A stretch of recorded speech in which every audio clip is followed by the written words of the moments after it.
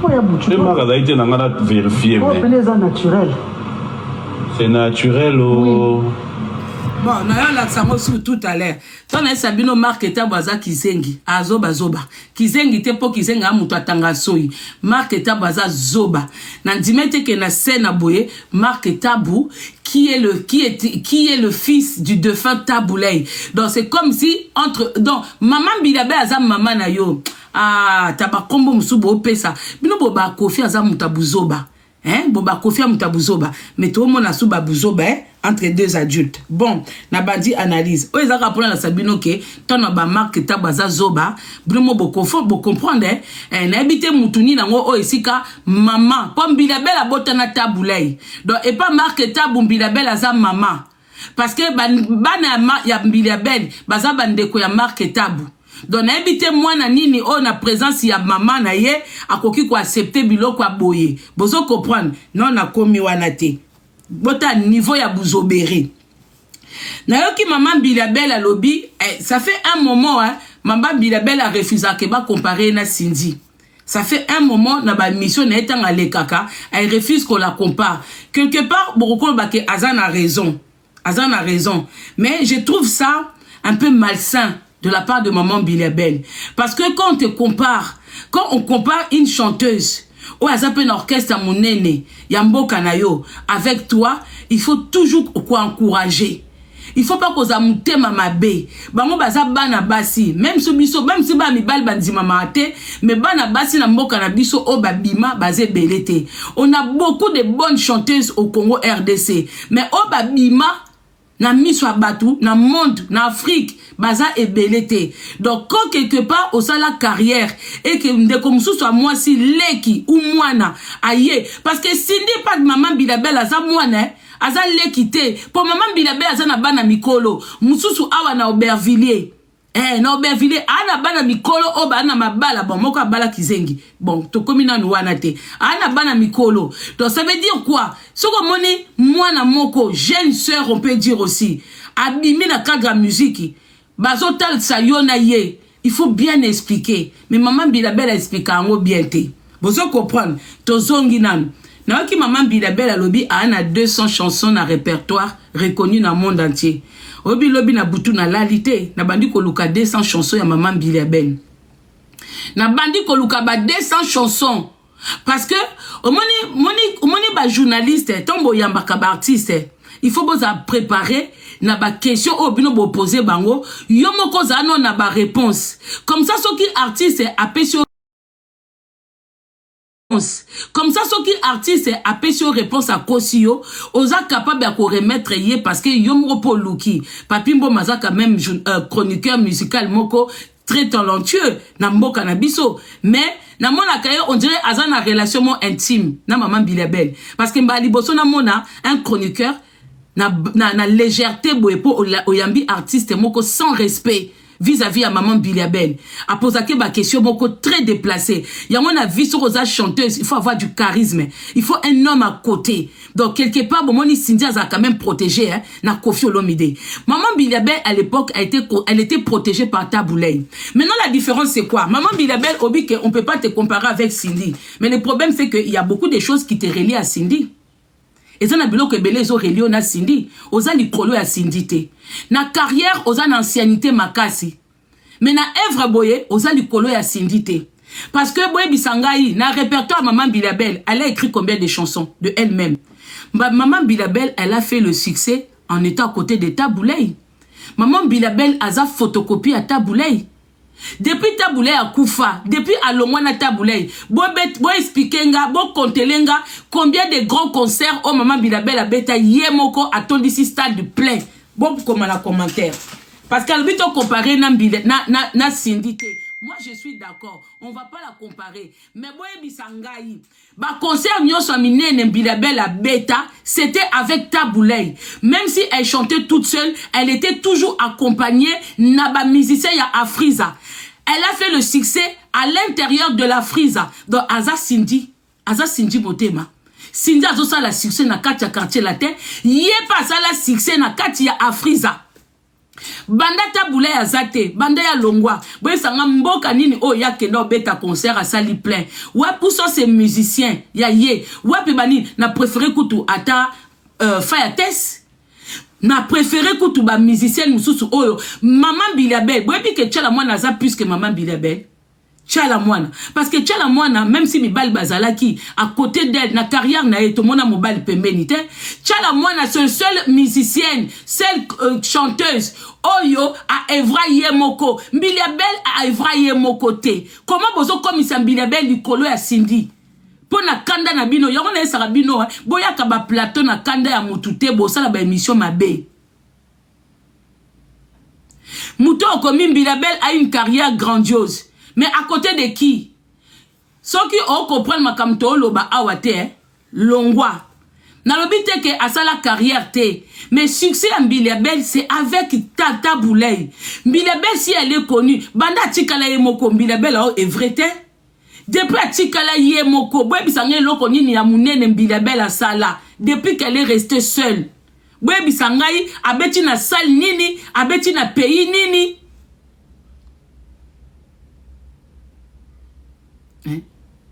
Boy bisanga. Au fait, Bilabel et Cindy eze loko moko. Différence ezaka nini, Kofi n'a pas écrit des chansons kaka pona Cindy yemoko yemba. Voilà la différence. Côté wana Kofi azam méchant. Taboulay, il laissait des chansons chantées par Bilabel. Abanoti que la Bilabel banzembo mususu ayemba yemoko. Mais en même temps zo yemba azaka kanakati ya Afriza. Azaka kanakati ya Afriza. Différence na bango que Kofi n'a jamais laissé, n'a jamais écrit ou n'a jamais copié sa Cindy nzembo yemoko na kati album ke yemba pe yemoko. C'est ça qui est la différence.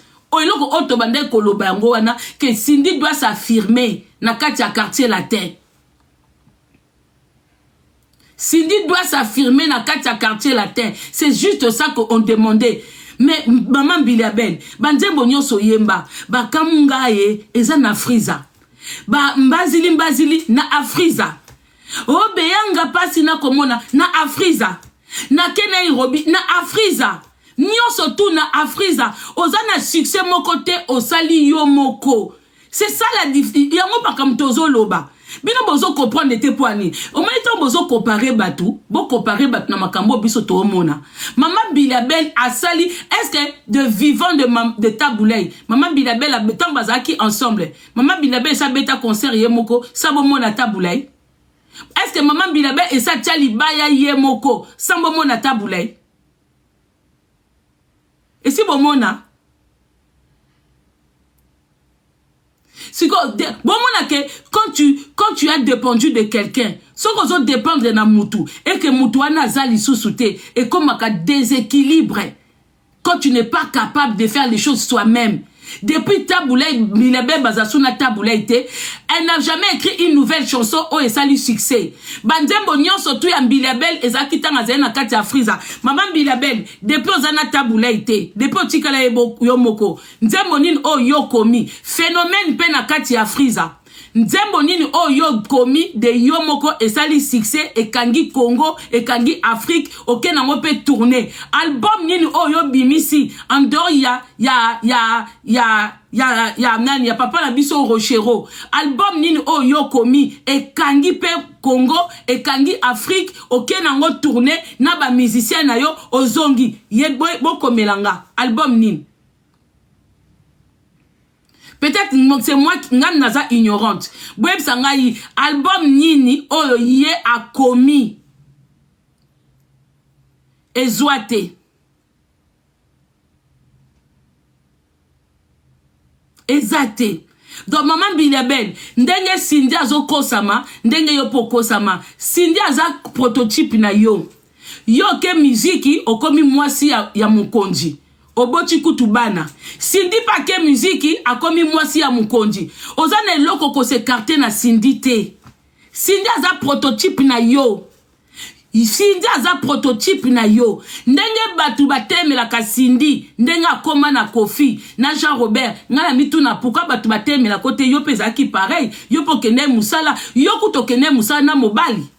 Yo tango koti Afriza, tombake ko luka yo. Parce que nga na landa interview à papa moko boye, azo expliquer yo ndengo kota. Azo expliquer que à la base ba visa ka chanteuse moko faka uta so Cameroun, so kimboka nini. Bazaki ko luka. Ti ba ko tombe na yo. Ozaka na mobali. Yo kuto ye batiki si yo mobali. Mais Cindy kuto ye quartier la te. Azaki na copain reconnu te. Mais yo na ba musicien nyonso. Ba yebi ke tam yo yaki Afriza, ozaki na mobali. Okuta ki pe tabulay na mwasi moko te. Okuti tabulay na mama ya marque tabu na mwasi de mususu, okuta ki basi bazana. Mais obanga kite, ozui place, otie mutu. Yo komo koki ko s'écarter. Et puis bande kolanga, boyeba que sans tabulay, maman Bilabel elle est perdue. Parce que bon moi si et c'est comme mibali moi si soit ça succès et c'est un encadrement ya mibali parce que maman Bilabel on a déjà que c'est une femme facile. Bon tiens exemple na bis maman Congoté. Maman Bilabel moi comportement na ya bien zalaki parce qu'il y a eu le monsieur Rochero à côté. Maman Bilabel même ba mission Wenge. Bon mon musique mo ke bot et beta na pays d'Afrique ité Wenge zo beta. Adolphe Dominguez a quitté na podium. Akeko bini sa maman Bilabel ba komi ko déhanché bango mi balé. Et puis sa salité. Wana uti ko kabwana na Rochero. Qui laissait aller kei. Maman Bilabel azo lekana na plateau ya nini ya Papi Mboma. Ngana tale mission Papi Mboma ngabi moi mobali oyo. Ndenge tolo mo ebima na réseaux sociaux. Alala maman Bilabel. Avec tout le respect dans ma bête. Parce que yoza maman, oza soi-disant légende. Ya moi na moi si. Il faut un minimum de respect. Mais ma Papi Mboma a respecté maman Bilabel te. Maman Bilabel obino bozo nga botia. Est-ce que babuzo babebomo nango pa Cindy? Babuzo baboye. Et puis Papi Mboma zolo bake soki marketa boza ite nga na vérifier so masoko oyo bo excusez nga po eza linga les langue na biso soki masoko oyo eza ya solo lokuta alinga ko meka ngondeni. Comment un chroniqueur peut se permettre d'être léger comme ça envers maman Bilabel? Comment il peut se permettre? Soki si ba kendate. Comment est-ce que du vivant de Taboulay, Bilabel na kati ya Afriza, yo Papi Mboma koke koloba bongo, et puis ozo lobango na plateau. Ozo bake so ki marque tabazete, olinga ko vérifier, oyeba so ke za solo lokuta, donc olinga ko simba masoko ya Bilabel. Et puis ebo so so baluki, et ça mbali bosote, boza mama kango. C'est faux. Cette maman elle se respecte pas. La véritable maman toza ki na musique, o a evraye moko tomona. Eza Tchala Moana. Tchala Moana, elle est sortie de elle-même. Elle a écrit ses chansons, elle avait des albums, il y a succès, il y a réussite, il y a Yemoko. Bilabel te, Bilabel succès na outi na kati Afriza. Na kati Afriza, mais de quoi vous parlez? Oui, c'est une très bonne chanteuse. Il y a qu'on battait que Cindy Aza interprète. Vous êtes, mais qu'est-ce que vous appelez interprète? Bon, maman Bilabel Azanan, quand on écrit une chanson pour toi et que tu viens chanter, Azanan, vous voulez blaguer, vous voulez troubler les gens avec des mots, hein? Besoin que maman Bilabel Aza chanteuse, Cindy Aza interprète. Donnez-nous la différence entre interprète et chanteuse. Mais maman Bilabel aussi c'est une interprète. Bandiam Mayembeze Ayete, Cindy Aza ma bandiam bonaite, maman Bilabel Pemba bandiam bonaite, ba komi ba pesiye. Ba pesi azo ko interpréter. Cindy pas eu bandiam bazo interpréter. En plus mon kate va boire avec Cindy le cœur. Ça va boire avec le cœur parce que Aza doué na ba cœur.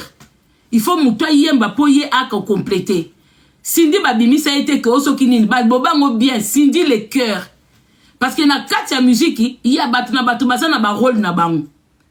Ye rôle na ye, rôle la Cindy pembeni ya Kofi, eza ko pesa nzembo elengi. Eza ko kotisa ba deuxième, koya na sima, koya na CC, koya pembeni, koya ko kole voix na ye, pembeni ya Kofi, po pesa ngo elengi. Yango ba benge Cindy le cœur. Qu'est-ce que ça a à voir avec Bilabel? Qu'est-ce que ça a à voir abimamba moko ba pesa ye Cindy le cœur. D'où sa voix sensuelle. D'où pembeni parce que Cindy tomba pesa de Cindy le cœur. Soki abandi ko yemba nzembo mobimba ye moko to sepela te. Elle peut le faire parce que nzembo banzembo belé Cindy yemba banzembo mususu ye moko sans Kofi kitoko makasi. Mais rôle na ye mutu na mutu azaki na rôle. Mutu na mutu azaki na ba rôle. Et c'est que Kofi a fait avec Cindy. Taboulay a fait aussi avec Mbili Ben. Vous comprenez maintenant pourquoi Kofi a kanga Cindy, hein? Parce que il suffit quand Taboulay a zaté, bon, moni kindumba Mbili Ben de bima na miso abatu. Parce que une femme, ça demande de l'encadrement. Même si on est au sein de nos réseaux sociaux, boy. Bon, mon até bande que bela réseaux sociaux, baza perdu 100 000 balles. Parce que tozan a kaba encadrement, tozan a encadreur pembeni, mobile moko boy aya po otenga mate. Yambo mona bande ko belé o ba na misala te, bazana ba encadrement te, basenga kambongo de gauche à droite, ale muto aya lalié et belé parce que on manque ça. Yambo monaka Taboulay a été obligé à zoa Mbili Ben comme moi si na ye pour akanga ceinture à protéger pour baser sika baza catastrophe moi ça koki koboma nini bota akara neti na boziana nzau salongwa po anini parce que ka bato baka ko financer bozi kaka moko na bango komaki likangu ya nzawisa e boma musique iti parce que soki yo mobali no mtu azo financer orchestre yemoko mtalongwa aloba ezangate yemoko nzau samtaki ko expliquer que balongola kingai yango na kende quartier latin parce que na bimaki na boss moko abandaki boy bon soki yo bimi na boss carrière ekufi musale ekufi parce que tant yozo kelala na boss mbongo po kende na orchestre mbongo ezo koma pa na yo msusu yo opesa ba rapport moko ya patron ya orchestre et pas ya mobali na yo et pas likamu na yo e ko simba te yango wana basi bazaka protéger yango wana basi baza protéger bon mona te ke Mbili Ben pembeni tant Mbili Ben alongwe pembeni ya Taboulay akeli kangu na mboka nini obobaka o aza mwasa mikonji obi pino bato bo sa be mission bo ba ke Mbili Ben abimana mikonji mais vous m'étonnez hein koza likangu na koza mwasi différence boye bo sala ngote okoko bimana mibala danger ndenge nini dès lo ba chona ndaku te ba positionner te ba bali ote oza likangu Mbili Ben a toujours été likangu. Donc, la carrière n'a sala et valorisé été. Aujourd'hui, à la personne, tchala mwana kuta kufina mobali pembeni. Ata mobala mwaza akindumba. Akenda kobimatina ba danseuse. Kobotisa ba danseuse. Mais au moins, akufina na lokumu. Tchala mwana kufina lokumu. Akufina mobali boko ke mwasi ya mobali boye. Pembeni. Mbili Ben bakomi est-ce que papi mboma ben mission sala na Mbili Ben akokosa ngona chala mwana zaki sensuel kolata ba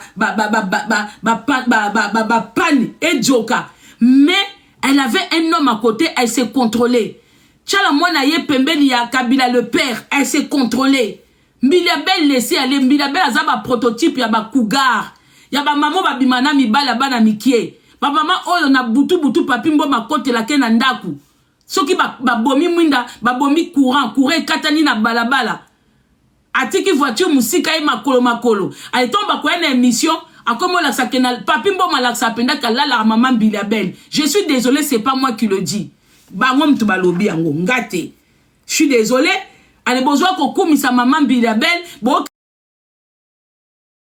critiquer Cindy Motema poka bolinga kete. C'est ça le problème avec vous. Quand vous n'appréciez pas une personne, atasika vérité zali, bokunda ka vérité. Hein? Mbili Ben elle a quoi? Elle a azaka na ancienneté. Et là koka ke za bienté hein. Kofi Jean Robert Kofi Olomide. Côté nga la mona ko bienté, des fois na tina sa ko tikela Cindy pe espace. Hein? Tikela Cindy espace yango ba Mbili Ben bazoloba. Mbili Ben oleki Cindy te.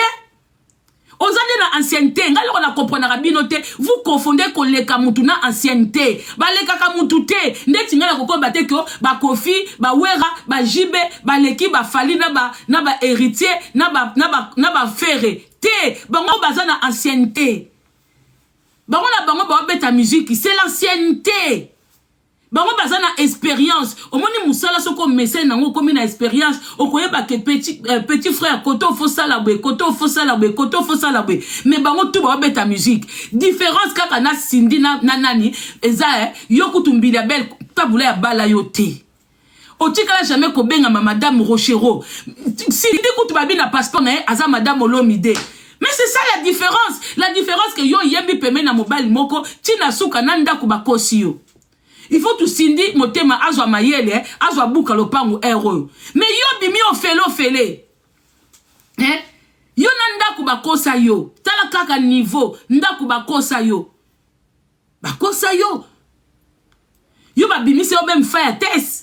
Na minito même na koyemba faire test na poto asa makambo ebele faire test yemba kane kutu moi ba invitation na ba feti mbili belle bando longwe pembeni ya tabule ata jeune fille moko kokyo formete tchala moi kutu azwa kita meje basalita moi parcours mais yo kutu ata jeune fille moko kokite o ba ya yande nini hein a moment bo ba ka vérité mbili belle na minito osa sonia ba maman asa la suka na soni ba émission moko ezanga mutuna makolo na age na kokolo bela buchu na age ya Mbila Belle bozo tika yake pa papi mboma alobela ka buchu.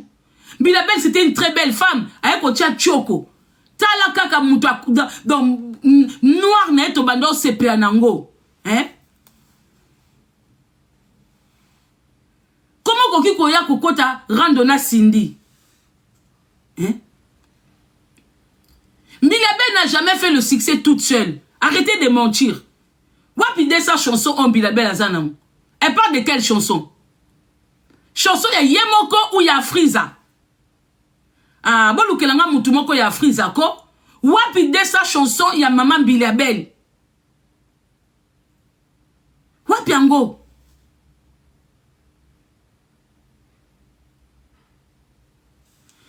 Vous nous nommez toi bayondo yebite kasi comme yo yebi mata ko expliquer biswa mata ko yako le biso banzembo ya Mbila Belle 200 ya Yemoko ya album na ye ya Yemoko Mbila Belle ça kenda tourner sans Rochero asa il peut carton plein bon mon peut ba publicité ba panneau pe mati banda Mbila Belle tabule ya kufa na RDC na Congo Kinshasa wana wapi ba concert abeta abeta pona Congo po ba mona bino wapi ata ba tamba ba héritier kutu ba so beta ba stade de martyr wapi ya Mbila Belle Santa Boulay wapi ango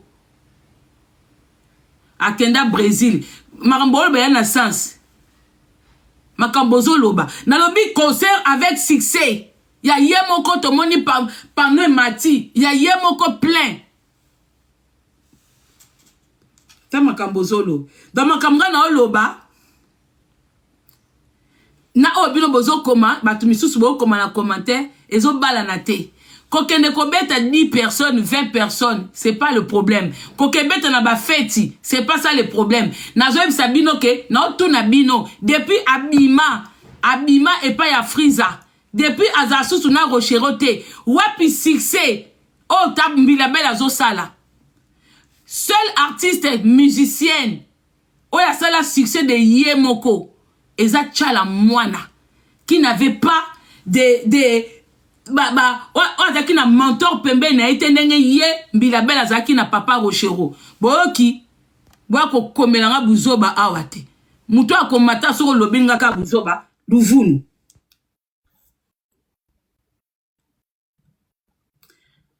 Tout apporter live s'il vous plaît. Allô, bonjour. Allô. Allô. Bon. Au revoir. Oui, allô. Bonjour. Allô, bonjour. Bonjour. Ouais, bref, dans la moussala.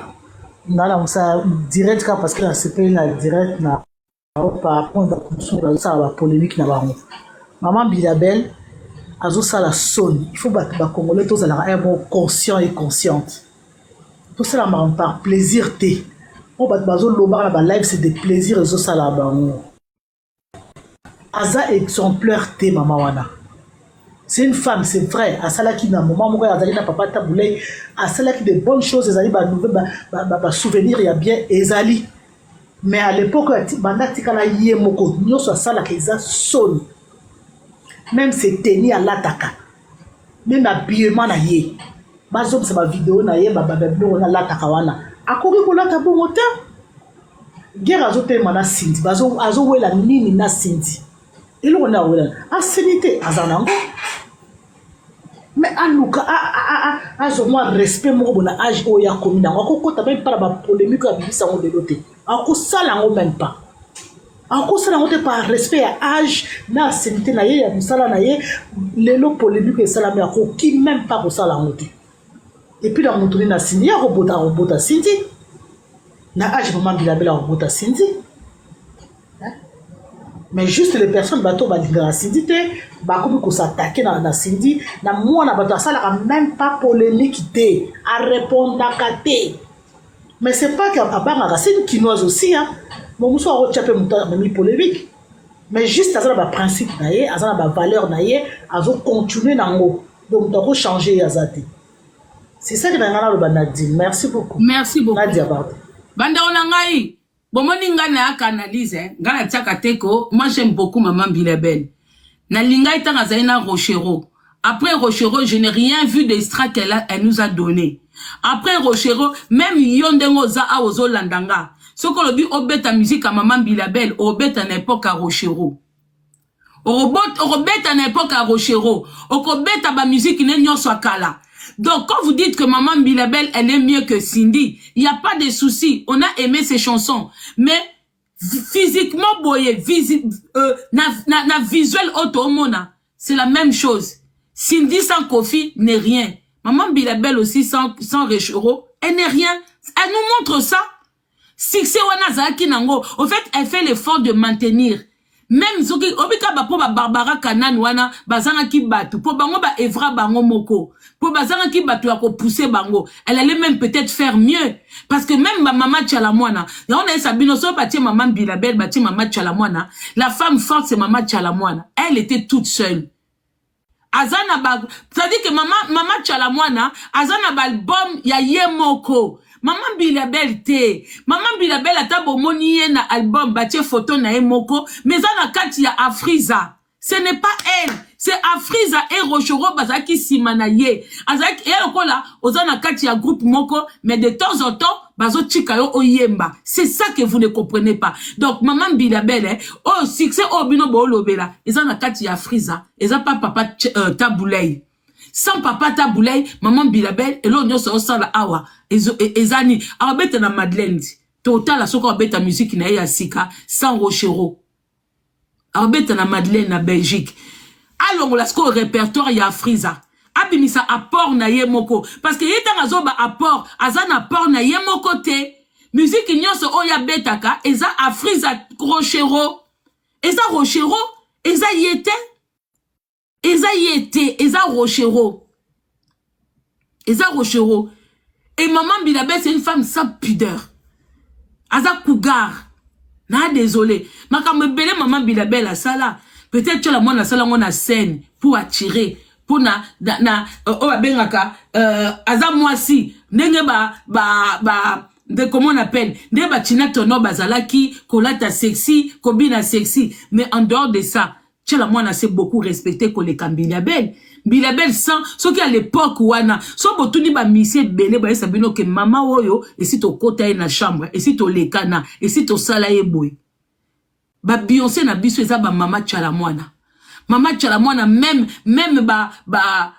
musicien oya bantiye ton ba yanakin ba apprécier ba Kassav ton Kassav yanakin ba apprécier maman Bilabel te maman Bilabel la même manière que Cindy elle est derrière Kofi toi aussi tu étais derrière Rochero la seule femme qui s'est fait remarquer ton ba Kassav bayaki c'était comment ça s'appelle c'était Tchalamwana c'est pas toi yo koki ko fana na kiti te o critiquer Cindy vous avez la même chose vous faites la même chose avec Cindy Cindy azaka prototype na yo. Mouta koki kolobate que oh Cindy ba koki ko comparer te azo sa la carrière na Kofi yo po sa la carrière na Taboulay. Maman Bilabel, o sa la carrière yo mon côté. Yo moko carrière no eza chaotique. Carrière no eza chaotique. Ba tu bazo côté là bazo le donner vérité te. O za na carrière solo te. Carrière solo na yo e simba te. O essaya ko ça la carrière solo, tant batang ou fa ya ça y est, o quitté Taboulay, o meki ko ça la carrière solo, ça n'a pas marché. Balbom n'avait yebanité, bandembo yebanité. Au contraire, au baby kutu, au tia choko, au beba, au koma kola ta vulgaire, ko solo la vulgaire, na ba émission, on a quoi attirer bana, o yaka émission pour lobe la musique ité, o yaka na ba émission, ta makabwa ko loba, o yaka na ba émission pour loba ke, yona, en fait, yona, na papi mboma, na émission bobeta kama sola magoda. Et la sarapenda ke bo uchi ko sala boye émission. Et la sarapenda ke bo uchi ko sala. Na mona eloko mo ya respect oyo sa na papi mbo matin. Est-ce que yo so fanda penga na plateau au beti émission ya musique bien comme une maman qui a de l'expérience oyo ba jeune fille ba koki kolanda nanute. Oya kaka na ba jeton na ba pic. To mona kutu chala mwana mtasala effort ya oluka ko bimisa baleki. Bana, mais yote, o eza soniti. O pona ngeya soni. Telefona tiango penza.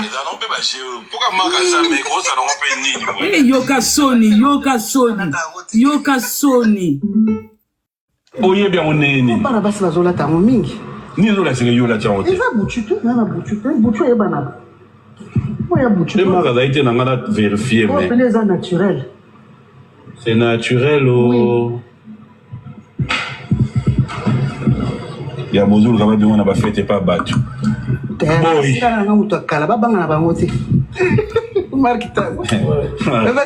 Et puis, hein, vous pensez, binomo isika boza, journaliste nini, ata kofi, ya mwaza mutabuzo bande bolobaka, journaliste nini akosa la Cindy Bouena plateau.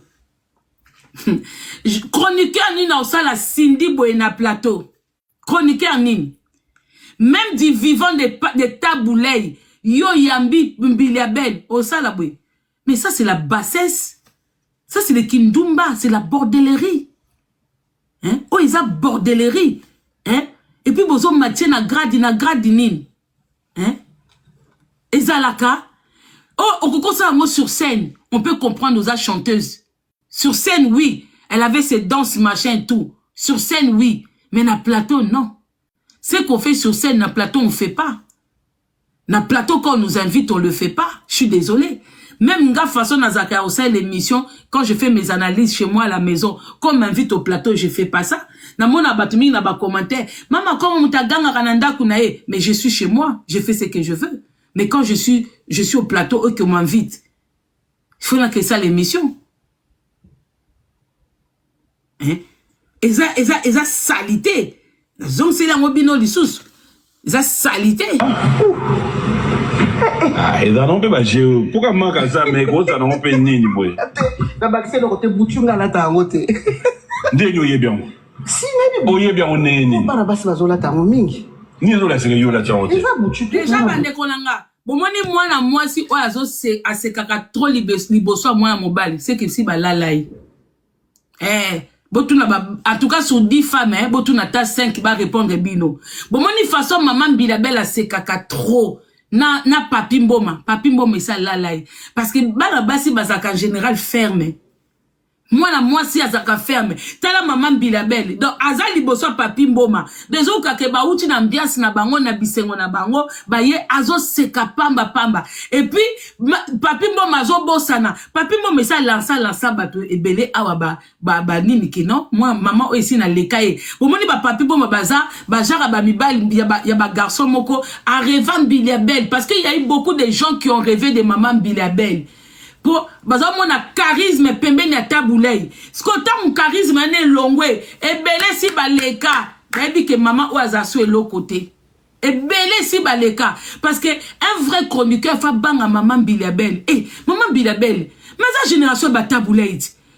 Maman Bilabel, même papi mboma faut à préparer ma question à banga koya. D'autant azo yambe avec beaucoup de dignité, de respect. Parce que ça maman ou tu donnes cours des grands. A tu na mobile boko ya PTT. A tu na mobile quoi Taboulay. Mais tala papi mboma. Tala ndenga azo seka na plateau. Est-ce que papi mboma koki koyamba mama colonel kaka simple na kiko tumusika te na keka na mama colonel otozane na TikTok awa. Est-ce que papi mboma koki koyambe na plateau abeta buzobo? Vous êtes sûr? Est-ce que papi mboma koki koyamba mama colonel abeta buzobo? Est-ce que papi mboma akoki koyamba Lord Mbongo na plateau na ye tant que mobile moko aza pembeni abeta bwe? Quand tu es célibataire, tu dois apprendre à te respecter devant les hommes. Maman Biliabel comment célibataire? Tant que ça no papi mboma lala maman Biliabel. Même Cindy, chroniqueur moko, est-ce que bon mon a tous confié un peu ça espace bayamba Cindy? Est-ce que bon mon a confié un peu ça espace bayamba Cindy? C'est lui-même il parle dans ses bêtises. C'est lui-même il fait ses bêtises. C'est lui-même qui aime être critiqué. C'est lui-même qui aime être insulté. C'est lui-même qui aime être détesté. Mais il met le barrage. Parce que ceux qui montent comme les cas des jeunes ici, quand c'est fini. C'est fini. Alors quand vous comparez Biliabel avec Cindy, par respect, je respecte Biliabel na ancienneté na ye, mais elle n'est pas mieux que Cindy. Elle n'a pas de carrière solo. Na désolé. Maman Biliabel, yomoko au fond de toi yebi kwa na carrière solo te. Carrière na yo eza battu na Rochero. Sans ozo le kanaba na ba live, tant on le kanaba émission, il faut toujours respecter et valoriser Rochero, même na sa tombe. Il faut le baquer, ce que tu es aujourd'hui, c'est Rochero. Parce que sans Rochero, n'a nos salés l'autre côté. Tika kozwa éloge, ya Rochero, omila tisango yomoko. Non, yoza prototype, ya Rochero. Oza produit fabriqué, créé par Rochero. Le succès na yo, eza par Rochero. Bon, kabwani, Rochero, atikali na succès na ye. C'est exactement ça. Donc, il n'y a pas